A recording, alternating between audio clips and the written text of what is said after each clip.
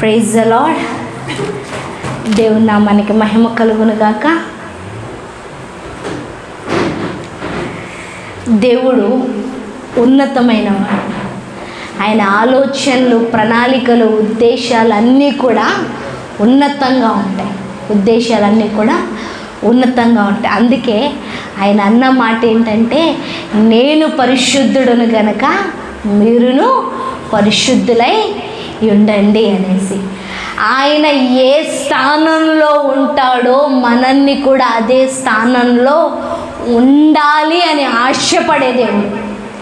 ఆయన ఏ శక్తితో, ఏ బలముతో, ఏ అధికారముతో పనిచేస్తాడో తన వారసులమైన మనము, తన బిడ్డలమైన మనము, తన రక్తము చేత కడగబడిన మనము కూడా అదే మహిమలో, అదే అధికారముతో, అదే బలముతో ఉండాలి, ఉపయోగపడాలి అని ఆశపడే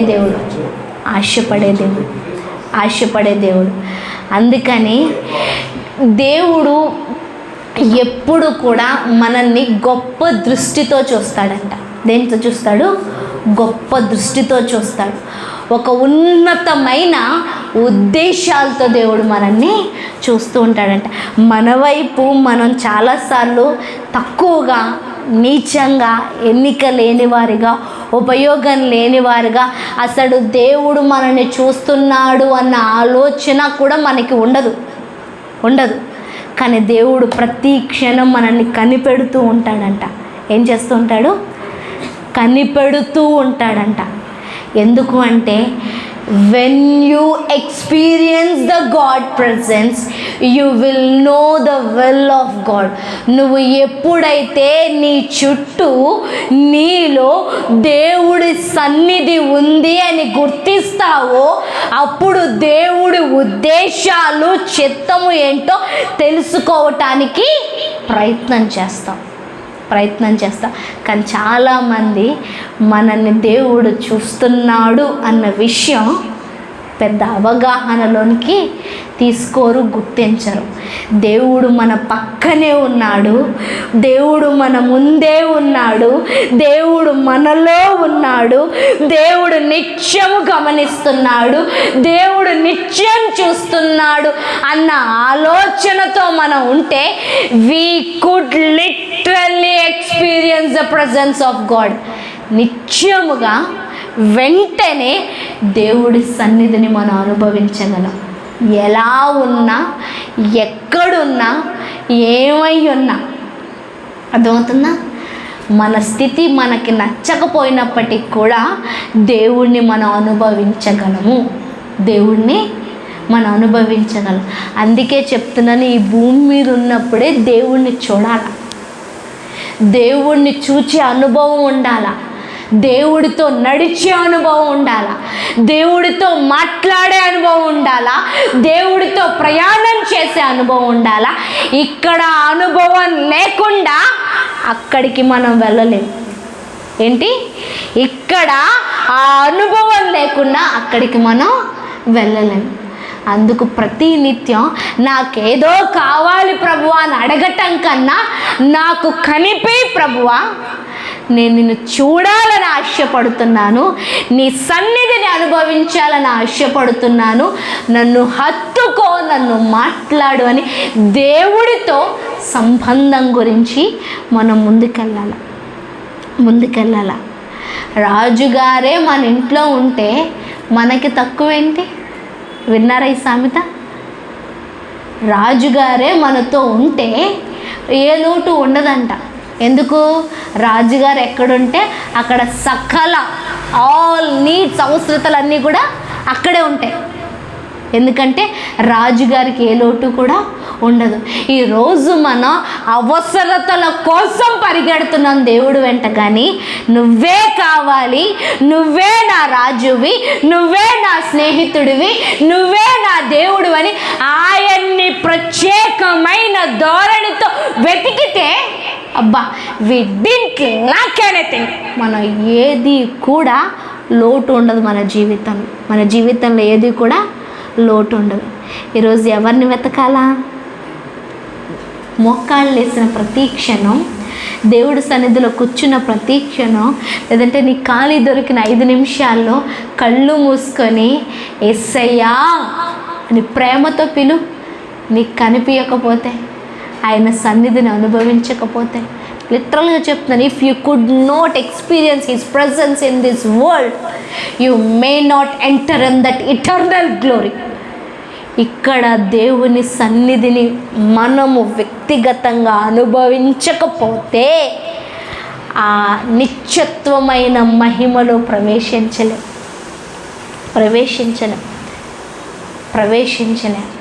నాకు తెలియట్లేదండి దేవుడు ఎట్లా ఉంటాడో, ఆయన సన్నిధి ఎట్లా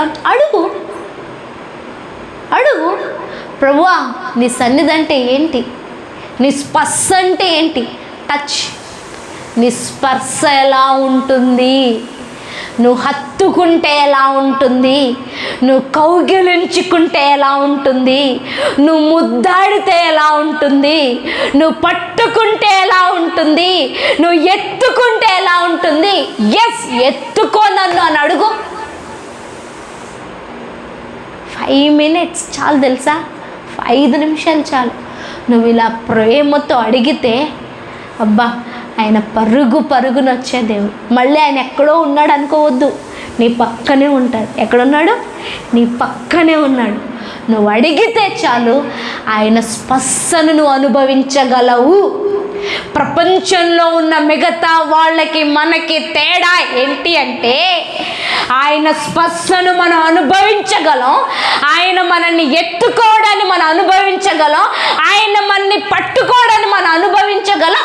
దేవుడు మనము కలిసి జీవించగలం. That is the speciality of our God. అది మన దేవుని ప్రత్యేకత. అది మన దేవుని ప్రత్యేకత. ఎప్పుడైతే ఆయన వస్తాడో అంటే, ఎప్పుడైతే ఈ రూమ్లో ఇక్కడ ఉన్న దాంట్లో లైట్ ఆన్ చేస్తే చీకటి కనిపిస్తుందా? చీకటి కనిపిస్తుంది ఎవరికైనా? కనిపిస్తుందా? ఆయన మీలోకి వచ్చేస్తే మీ జీవితంలో ఏ చీకటి ఉండదు, ఏ బాధ ఉండదు, ఏ ఆవేదన ఉండదు, ఏ నష్టం ఉండదు, ఏ శ్రమ ఉండదు. దేవుడు కోసం నిర్ణయించిన ప్రయాణం తప్ప దేవుడు అనుమతించనిది ఏది నీ జీవితాన్ని పరిపాలించదు. ఆయన వస్తే, ఆయన పట్టుకుంటే, ఆయన హత్తుకుంటే. అందుకు మన ప్రార్థన ఏమై ఉండాలి తెలుసా? అయ్యా నువ్వు నాకు కనిపించు, నీ మహిమతో నాకు కనిపించు, నిన్ను చూడాలని ఆశపడుతున్నాను అయ్యా, నిన్ను తాకాలని ఆశపడుతున్నాను. తోమ, అందుకే చాలామంది తోమ అనుమానస్తుడు అంటారు తప్ప ఆయన అడిగిన దాంట్లో తప్పేం లేదు. I want to experience that personally. వ్యక్తిగతంగా నేను అది అనుభవించాలని ఆశపడుతున్నాను.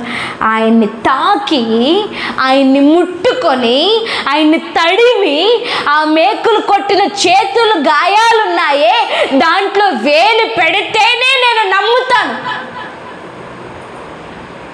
అలా తాకబడిన తరువాతే ఈ భారతదేశాన్ని మార్చడానికి వచ్చి భారతదేశాన్ని తలకిందులు చేశారు. ఈరోజు నువ్వు అడగక, ప్రభువా కనిపించు అని అడగక, దేవుడు లేడనిపిస్తుంది, దేవుడి శక్తి కనిపించట్లేదు. ఎన్నో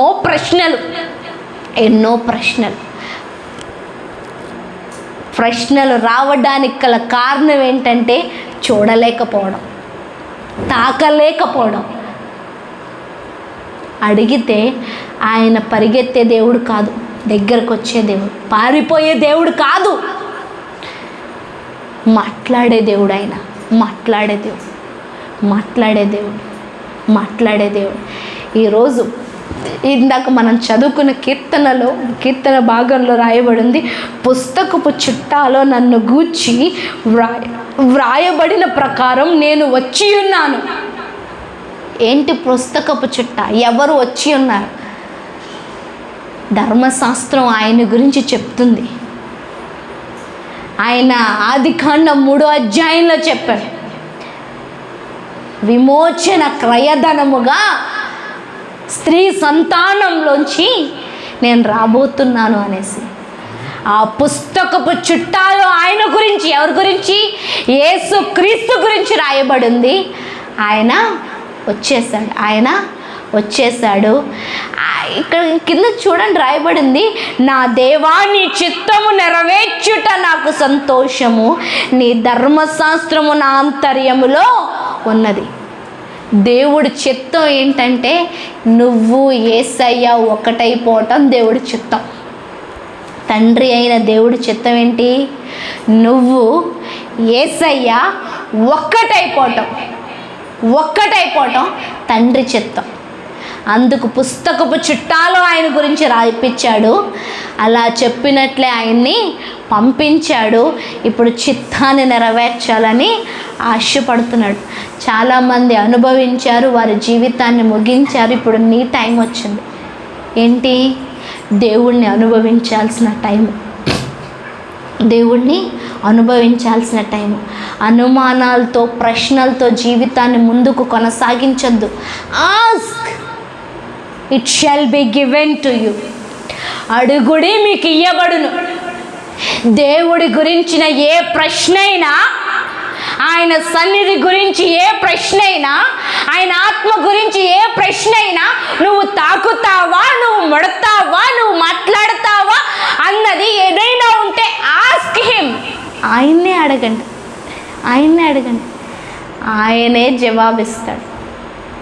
ఆయనే జవాబిస్తాడు. అలా అనేక మంది అడిగారు. అనేక మందికి ప్రత్యక్షమైన సాక్ష్యాలు ఉన్నాయి. ఎందుకు ఆయన్ని చూడాలి అని చెప్తున్నాను తెలుసా? ఈ రాబోతున్న దినాల్లో, ప్రజెంట్ మనం ఉన్న దినాలు అంత్యకాలానికి దగ్గరగా ఉన్నాం. అపాయకరమైన దినములు. ఈ అపాయకరమైన దినములలో ఎవరు నిలబడతారు అంటే దేవుడి ప్రత్యక్షతను అనుభవించిన వాళ్ళు మాత్రమే నిలబడతారు.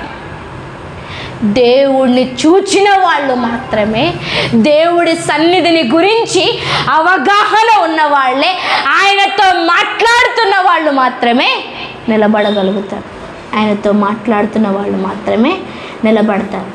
లేదు అంటే అందరూ కూడా అక్కడికి వెళ్ళలేరు. ఎక్కడికి?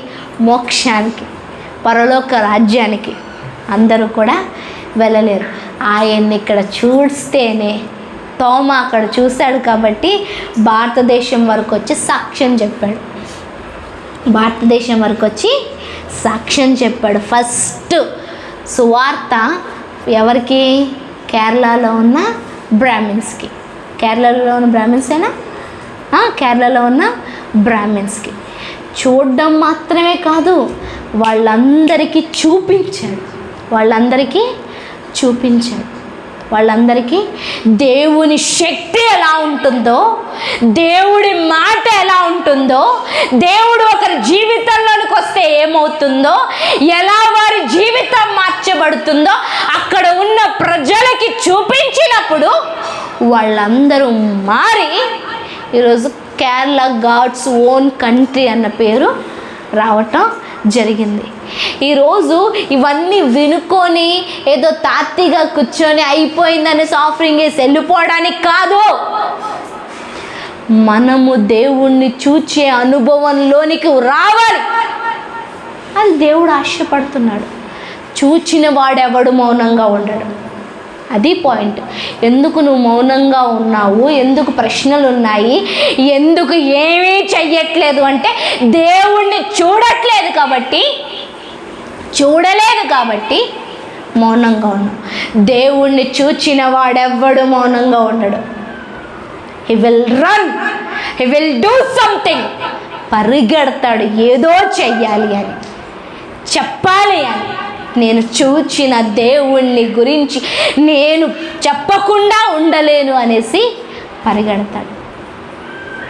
అది ఈరోజు సంఘంగా మనం ఏర్పరచబడ్డాం, సిద్ధపరచబడ్డాం, కూర్చున్నాం అంటే ఇక్కడికి ఎందుకంటే ఏదో చేయటానికి కాదు, దేవుణ్ణి చూడ్డానికి వచ్చామండి.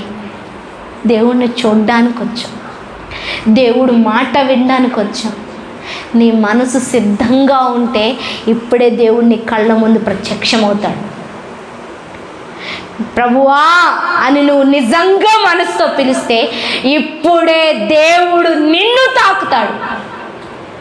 ఇది అవసరం, ఇది అవసరం. ఇది లేకుండా ఇక్కడి నుంచి నువ్వు బయటికి వెళ్తే ఎప్పుడులానే ఉంటుంది జీవితం, ఎప్పుడులాగానే ఉంటుంది జీవితం. ఎప్పుడులా ఉంటే ఇంకెందుకండి, ఎప్పుడులా ఉంటే ఇంకెందుకు మన జీవితం. ఎప్పుడు మనం మారుతూ ఉండాల, ఏంటి, క్రీస్తులో ఎదుగుతూ ఉండాలి. పిల్లలను చూస్తాం కదా, 1వ సంవత్సరానికి 2వ సంవత్సరానికి గ్యాప్ చేంజ్ ఉంటుందా, డిఫరెన్స్ ఉంటుందా? 4వ సంవత్సరానికి 10వ సంవత్సరానికి డిఫరెన్స్ ఉంటుందా? ఉండకుండా ఉంటే ఏం చేస్తాం? పిల్లల్లో ఎదుగుదల లేదు, సేమ్ అలాగే ఉన్నాడు, అదే వెయిట్ ఉన్నాడు, మాటలేం మాట్లాడట్లే, అడుగులు వెయ్యట్లే, పరిగెత్తట్లే, కూర్చున్న చోట అలా కూర్చుంటున్నాడు అంతే, ఇంకేం లేదు. ఏం చేస్తాం? ఏం చేస్తామంటే డాక్టర్కి చూపిస్తాం, ఫిజిషియన్ దగ్గరికి మనం తీసుకెళ్తాం. ఏంటి లోపం, ఏంటి సమస్య, ఎందుకు అట్లాగే ఉన్నాడు, ఎదుగుదల లేదు అని. ఈరోజు పరిశుద్ధాత్ముడు నీ డాక్టర్, నీ ఫిజిషియన్, బైబిల్ నీ ఫిజిషియన్, ఆయన దగ్గరకు వచ్చి అడుగు, why nothing change in my life, నాలో మార్పు రావట్లేదు, నిన్ను చూడాలన్న ఆశ పుట్టట్లేదు, నీ కోసం ఏదో చెయ్యాలని లేదు, నా పని నా జీవితంలోనే ఉన్నాను, డూ సంథింగ్, చెక్ మీ. నన్ను చెక్ చేయని దేవుడి దగ్గరికి వచ్చి అడగాలి.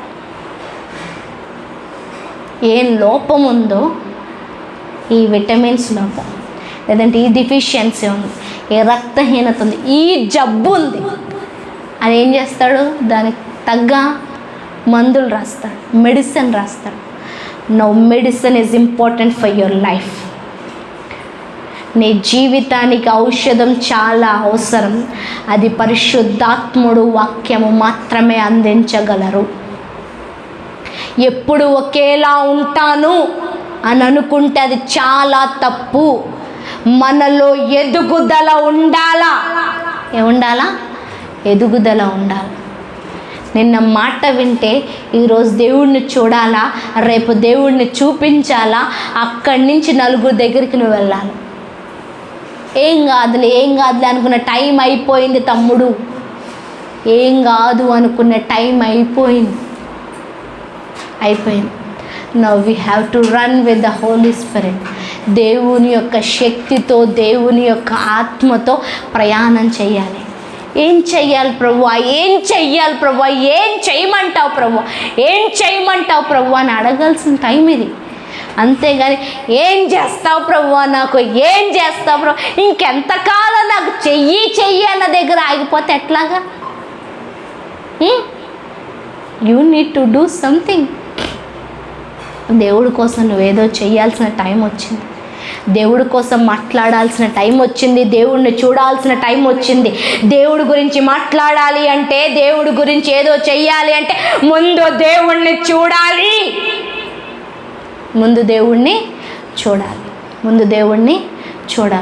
అందుకు దయచేసి గత కొన్ని వారాలుగా నేను ఇదే మాట్లాడుతున్నాను.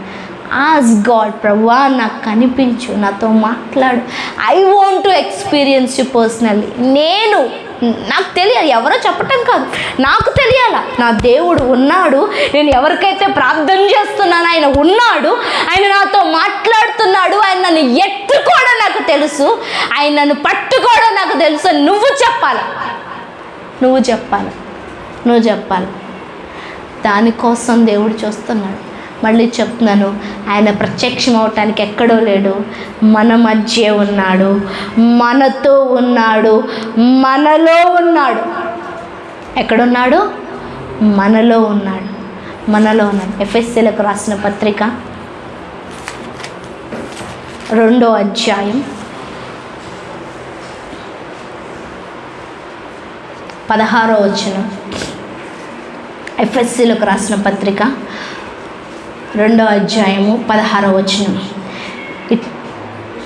తన శిలువ వలన ఆ ద్వేషమును సంహరించి దాని ద్వారా వీరిద్దరిని ఏక శరీరముగా చేసి దేవునితో సమాధానపరచవలనని ఇలాగ చేసెను గనుక ఆయనే మనకు సమాధానకారకుడై ఉన్నాడు. మరియు ఆయన వచ్చి దూరస్థులైన మీకును సమీపస్థులైన వారికిని సమాధాన సువార్తను ప్రకటించెను.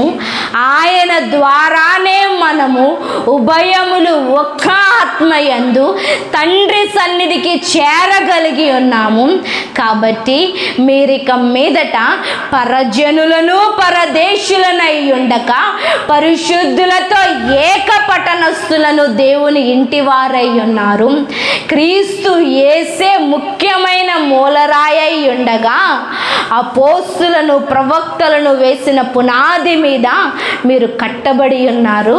ప్రతి కట్టడమును ఆయనలో చక్కగా అమర్చబడి ప్రభువునందు పరిశుద్ధమైన దేవాలయమగుటకు వృద్ధి పొందుచున్నది. ఆయనలో మీరు కూడా ఆత్మ మూలముగా దేవునికి నివాస స్థలమై ఉండుటకు కట్టబడుచున్నారు. నివాస స్థలం అవ్వటానికి మనము కట్టబడుచున్నాం. ఎవరి నివాస స్థలము? ఎవరి నివాస స్థలం? ఎవరి నివాస స్థలం? నెహెమ్యా, ఎవరి నివాస స్థలం? ఎవరిది?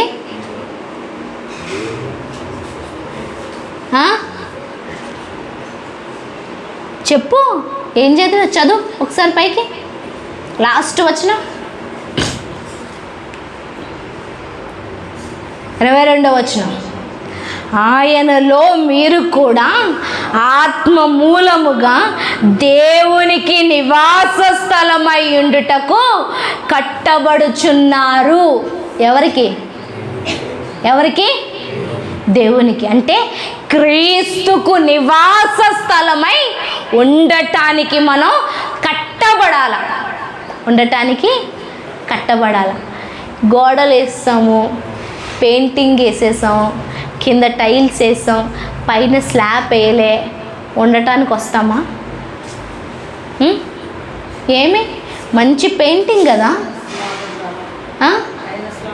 ఎందుకు ఉండాలా? మనం ఉండటానికి. అదే ఎందుకు? స్లాబ్ లేకపోతే ఉండలేమా? ఏమంటే వర్షానికి, ఎండకి, మంచుకి.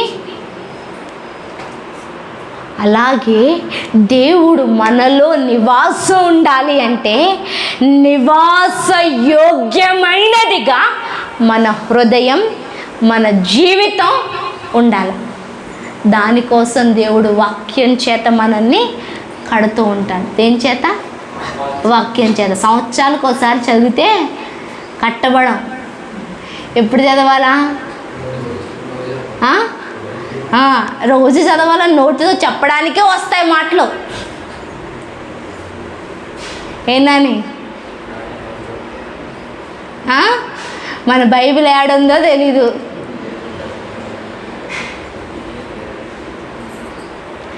మనము దేవుడు నివసించటానికి యోగ్యమైన వాళ్ళమే.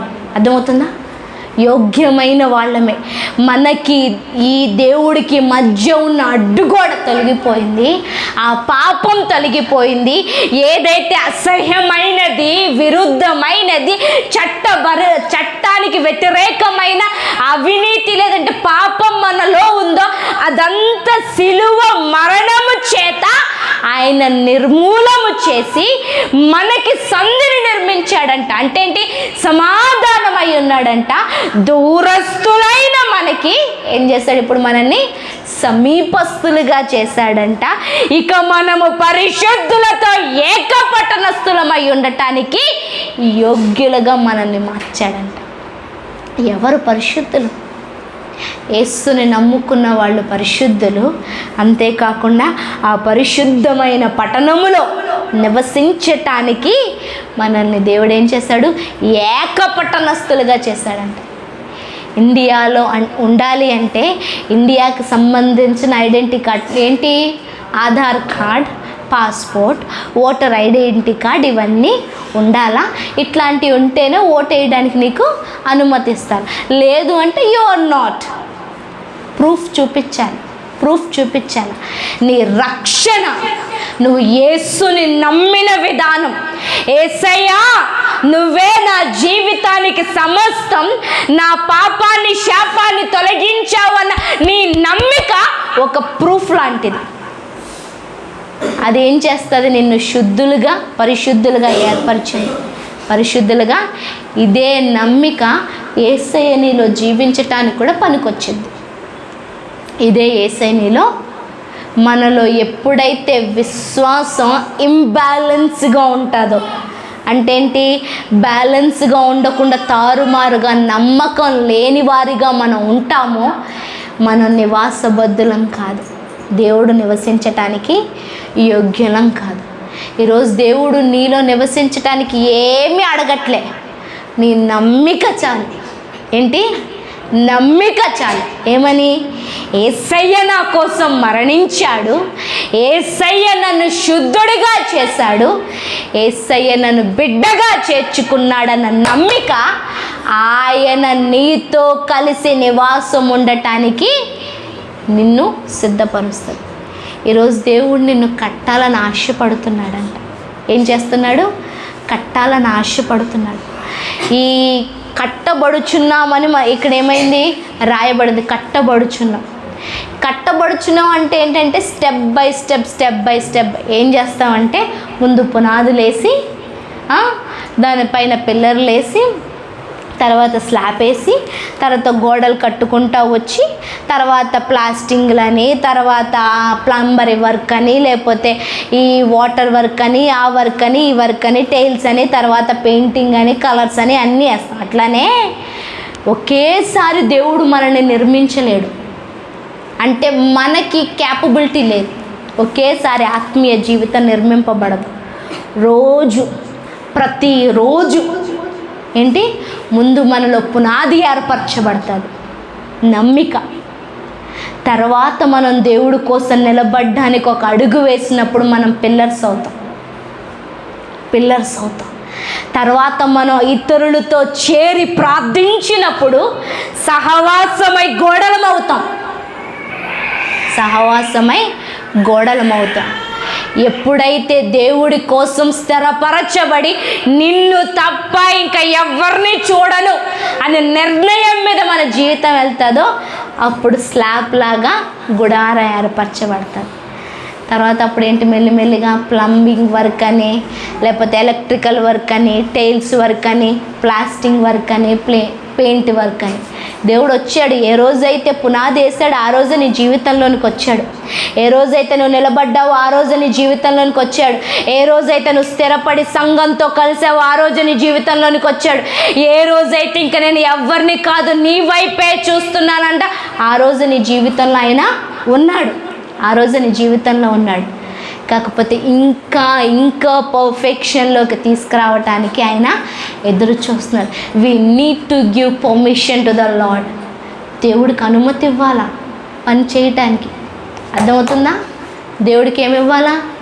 అనుమతి ఇవ్వాలి. ప్రభువా, నువ్వు ఇంకా నాలో నివసించటానికి, నీ మహిమంతటితో నివసించటానికి, నీ శక్తి అంతటితో నివసించటానికి, నీ బలమంతటితో నివసించటానికి, నీ పరిశుద్ధత అంతటితో నివసించటానికి నేను నీకు అవకాశం ఇస్తున్నాను, రా అన్నప్పుడు ఆయన నీ తలంపుల్లోనికి వస్తాడు, నీ ఆలోచనలోనికి వస్తాడు, నీ మాటల్లోనికి వస్తాడు, నీ చేతల్లోనికి వస్తాడు, నీ జీవితంలోనికి వస్తాడు.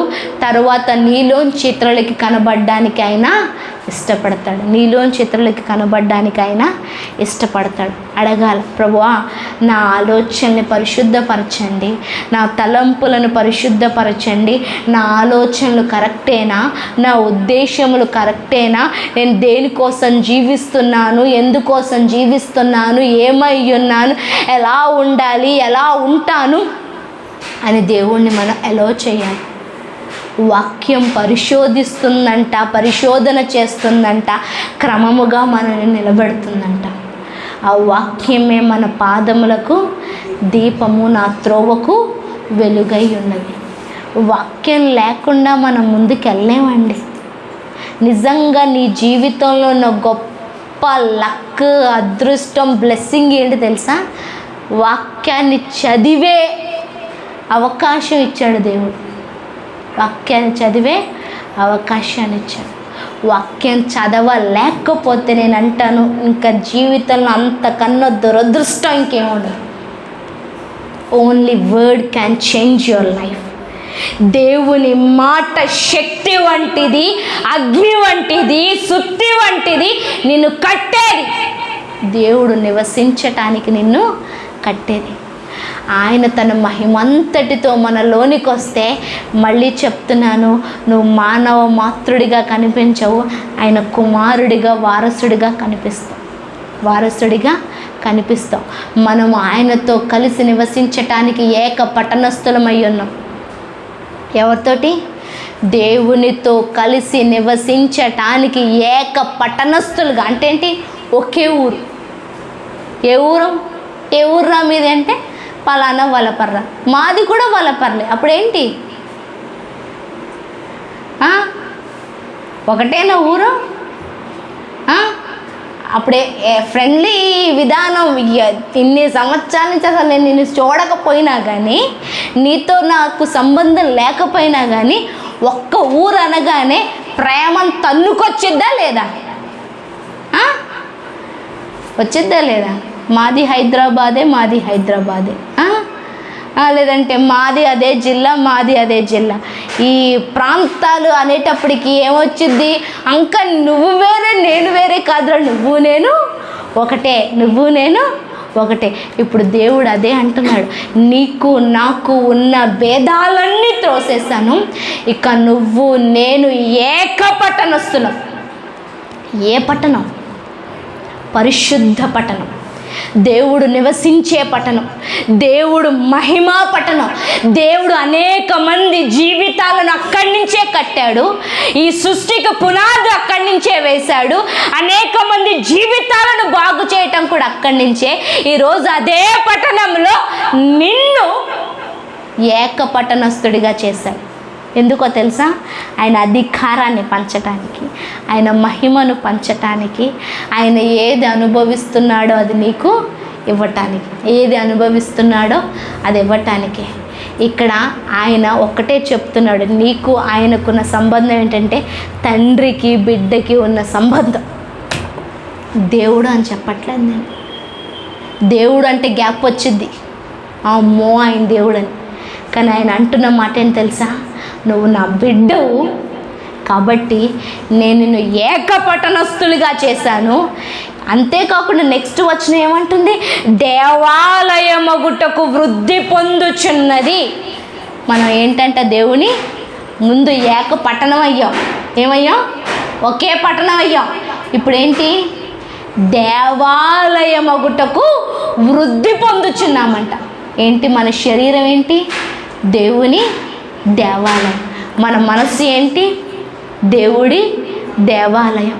మన ఆలోచనలు అన్నిట్లో దేవుణ్ణి ఎప్పుడైతే మనం ఆ అవకాశం ఇస్తామో, మొదటి స్థానం ఇస్తామో, మొదటి ప్లేస్ ఇస్తామో, నువ్వు రూల్ చేయని అడుగుతామో, నువ్వే చెయ్యని అడుగుతామో, ఆ దేవాలయములో దేవుణ్ణి మనం ఘనపరుస్తున్నట్లు లెక్క. అసలు దేవుడు మనల్ని చూస్తున్నాడనే మనం మర్చిపోయాం. దేవుడు మనలో ఉన్నాడనే విషయం మర్చిపోయావు.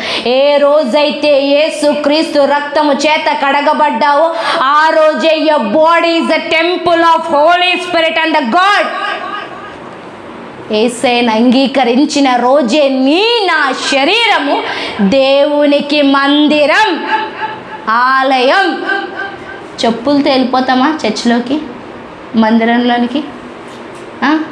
స్నానం చేయకుండా దరిద్రంగా, లేకపోతే చిరాగ్గా, లేకపోతే వాసన వస్తూ కంపు కొడుతూ, లేకపోతే అపవిత్రమైన ఆలోచనతో వెళ్తామా దేవుడు మందిరంలోనికి?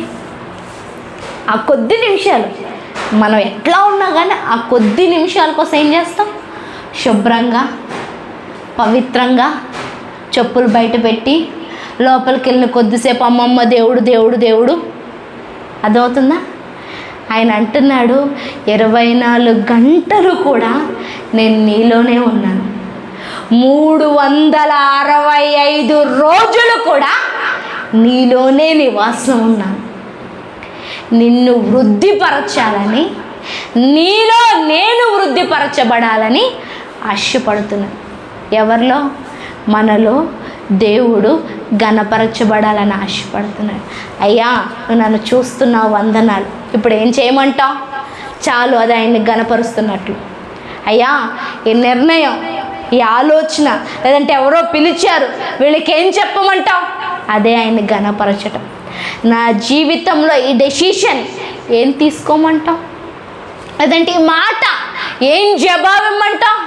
అది దేవుణ్ణి ఘనపరచటం, దేవుణ్ణి పూజించటం, దేవుణ్ణి పూజించటం. ఈరోజు నువ్వు ఆయనతో ఏక పట్టణస్థుడివి. ఆయన దేవాలయం అవుటకు నిన్ను దేవుడు వృద్ధిపరుస్తున్నాడు. అంతేకాకుండా ఆత్మ మూలముగా నువ్వు ఎవరికి నివాస స్థలం? దేవునికి నివాస స్థలం. ఆయన అప్పుడప్పుడు వచ్చి వెళ్ళడానికి కాదు, నీలో ఉండిపోవడానికి ఆయన ఇష్టపడుతున్నాడు. నీలో ఉండిపోవటానికి ఇష్టపడుతున్నాడు. ఈ శరీరాన్ని నువ్వు విడిచిపెట్టే రోజు నీ ఆత్మను ఆయన కలిసి తీసుకొని వెళ్ళిపోతాడు.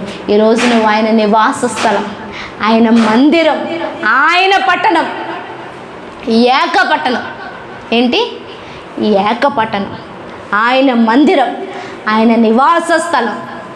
ఇది ఎప్పుడు మన జీవితంలో ఉంటే, మళ్ళీ చెప్తున్నాను, ఆయనతో మనం ఏకమవుతున్నట్టు లెక్క.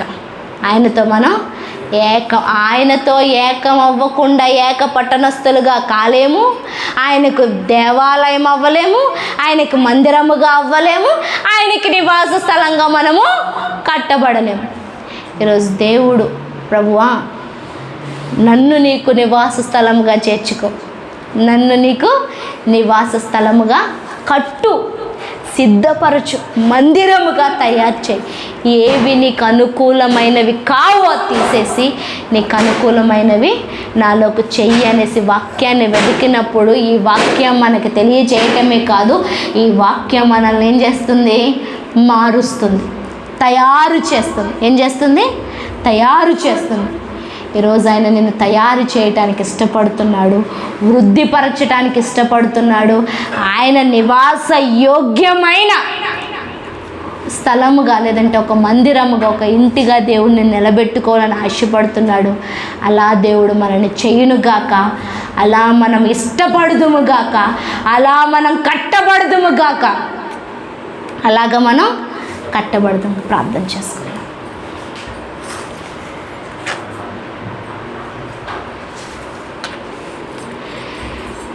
ఏమైనా చేయగలవు, కథ మొత్తం మార్చగలవు, నీ నామముకే మహిమంతా తెచ్చుకొందువు.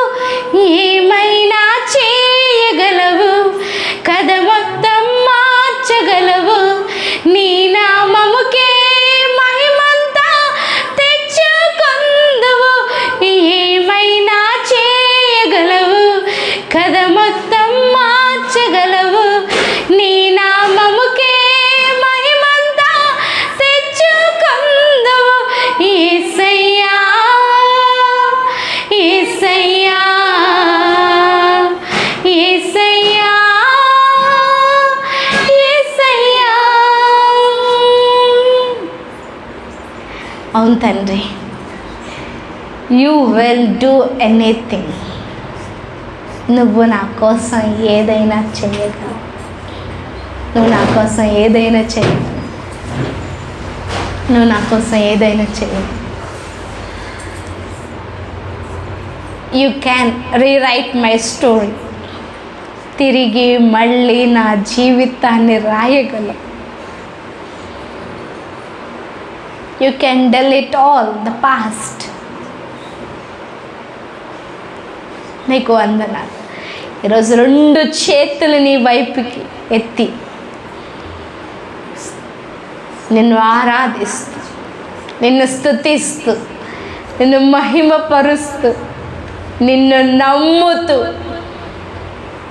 నిన్ను ప్రేమిస్తూ నిన్ను ఘనపరుస్తూ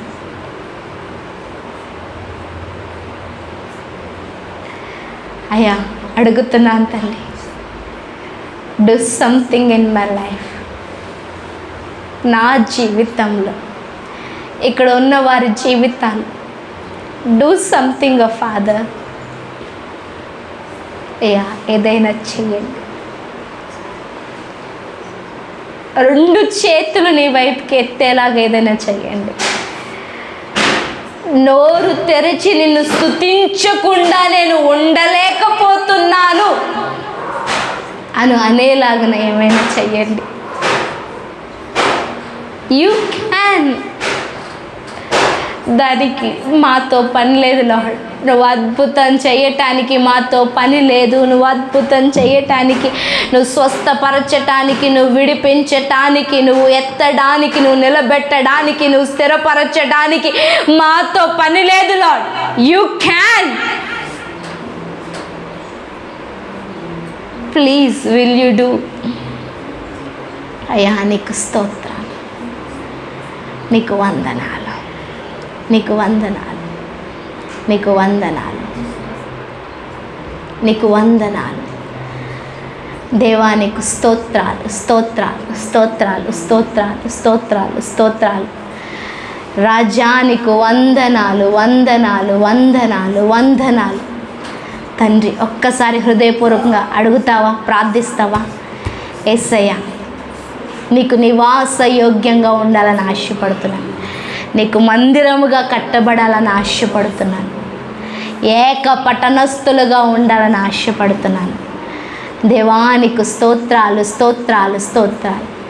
thank you Jesus, thank you Jesus. ఈ క్షణం దాటితే మళ్ళీ ఏమవుతుందో తెలియదు. ప్లీజ్ డోంట్, సమయం అయిపోయిందని కానీ లేకపోతే ఏదో అని ఆలోచించొద్దు. ప్లీజ్ ప్రభువా నీకు నివాసయోగ్యంగా నన్ను మార్చండి, నీ మందిరముగా నన్ను కట్టండి. ఎక్కడో ఆగిపోయాను, మళ్ళీ ఈ రోజు నుంచి మళ్ళీ ఒక నూతన పుస్తకంగా, నూతన పేజీగా నా జీవితాన్ని చేయాలనుకున్నాను. నాలో ఏమన్నా చెయ్యండి, నీ వైపు నన్ను పరిగెత్తనియండి తండ్రి. నీకు స్తోత్రాలు, స్తోత్రాలు, స్తోత్రాలు, స్తోత్రాలు తండ్రి. నీకు వందనాలు, వందనాలు, వందనాలు, వందనాలు, వందనాలు. దేవానికి వందనాలు. Thank you Jesus, thank you Jesus, thank you, thank you Jesus, thank you lord, thank you father. Hallelujah. Thank you lord, thank you lord. దేవుణ్ణి చూచే సమయం, దేవుణ్ణి అనుభవించే సమయం, దేవుణ్ణి అనుభవించే సమయం. యేసయ్యా నీకు వందనాలు, యేసయ్యా నీకు వందనాలు, యేసయ్యా నీకు వందనాలు. నాని యేసయ్యా నీకు వందనాలు, యేసయ్యా నీకు వందనాలు. నాని సాంగ్ సాంగ్ సాంగ్ స్థిరపరచువాడు. దేవా మీకు వందనాలు. Thank you Jesus, thank you. కొద్ది క్షణాలు, ఈ ఆఖరి క్షణం యేసయ్యను కనిపియండి. నేను నిన్ను తాకుతున్నాను, నన్ను ఎత్తుకోండి, నన్ను ఎత్తుకోండి దేవా, నన్ను ఎత్తుకోండి. దేవా నీకు వందనాలు, నీకు వందనాలు. Thank you Jesus, thank you lord, thank you, thank you Jesus. ఏమైనా చేయగలవు, కథ మొత్తం మార్చగలవు, నీ నామముకే మహిమంతా తెచ్చుకొందువు. ఏమైనా చేయగలవు, కథ మొత్తం మార్చగలవు, నీ నామముకే మహిమంతా తెచ్చుకొందువు. యేసయ్యా, యేసయ్యా నీకే, నీకే సాధ్యం. యేసయ్యా, యేసయ్యా నీకే, నీకే సాధ్యం.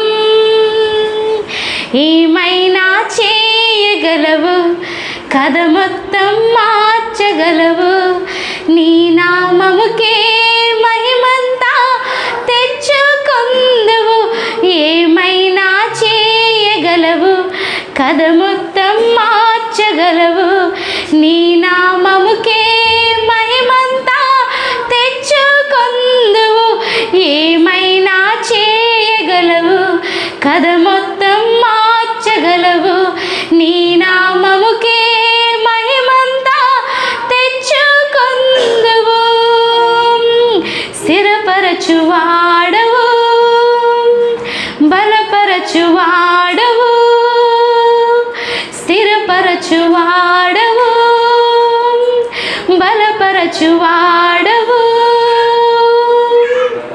Yes Lord, you are the God who establishes Lord. మమ్మల్ని స్థిరపరిచేవాడవి, మమ్మల్ని బలపరిచేవాడవి తండ్రి. మరోసారి మా జీవితాన్ని అప్పచెప్తుండగా నీ గొప్ప కార్యములు జరిగించి నడిపించమంట యేసు నామంలో ప్రార్థిస్తున్నాం తండ్రి. అదేవిధంగా ప్రార్థనలో ఉందాం, ఆయన బలను సమీపిద్దాం.